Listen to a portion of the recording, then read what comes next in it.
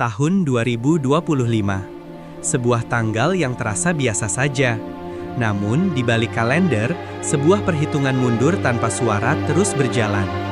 Di bawah langit Sumatera Utara, awan-awan berkumpul, membawa lebih dari sekadar hujan. Mereka membawa sebuah pertanyaan. Bagaimana jika bencana terbesar dalam sejarah kita bukanlah sebuah kejutan? Kisah ini tidak dimulai dari deru air bah, melainkan dari senyapnya lembaran kertas. Sebuah dokumen, sebuah studi komprehensif yang terkubur di bawah tumpukan prioritas lain. Inilah peta harta karun terbalik, sebuah peringatan yang ditulis dengan tinta ilmiah, namun dibaca sebagai dongeng pengantar tidur.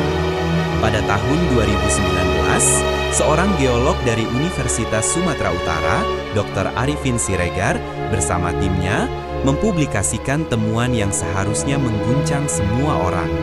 Mereka membuktikan bahwa laju sedimentasi di beberapa sungai besar Sumatera Utara telah meningkat 300% dalam satu dekade.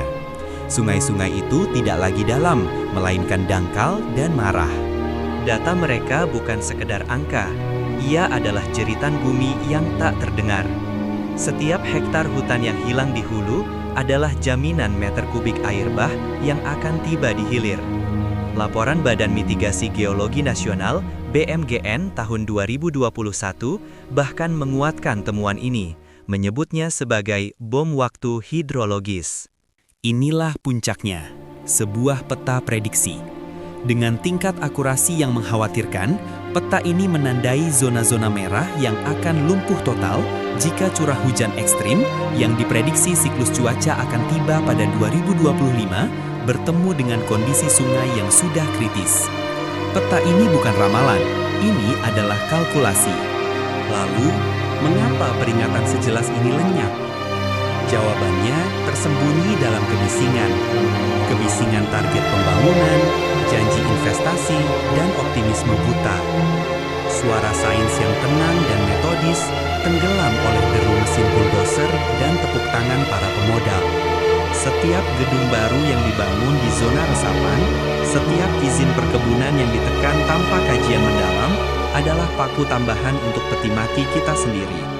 Kita begitu sibuk membangun atap hingga lupa bahwa fondasinya sedang terkikis dari bawah. Maka, inilah gambaran dari apa yang mereka coba cegah. Bukan lagi data, bukan lagi peta. Ini adalah visual dari sebuah konsekuensi. Air tidak bernegosiasi.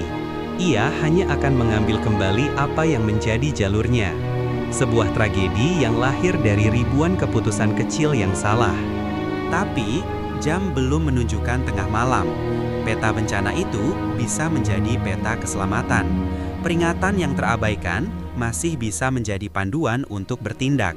Ini bukan lagi saatnya untuk saling menyalahkan, tapi untuk mulai mendengarkan. Masa depan, pada akhirnya, adalah sebuah pilihan. Apakah kita akan mewariskan cerita tentang bencana yang bisa dicegah namun gagal? Atau kita akan menjadi generasi yang membaca peta, memahami peringatan, dan berani mengubah arah? Jawabannya sedang kita tulis saat ini.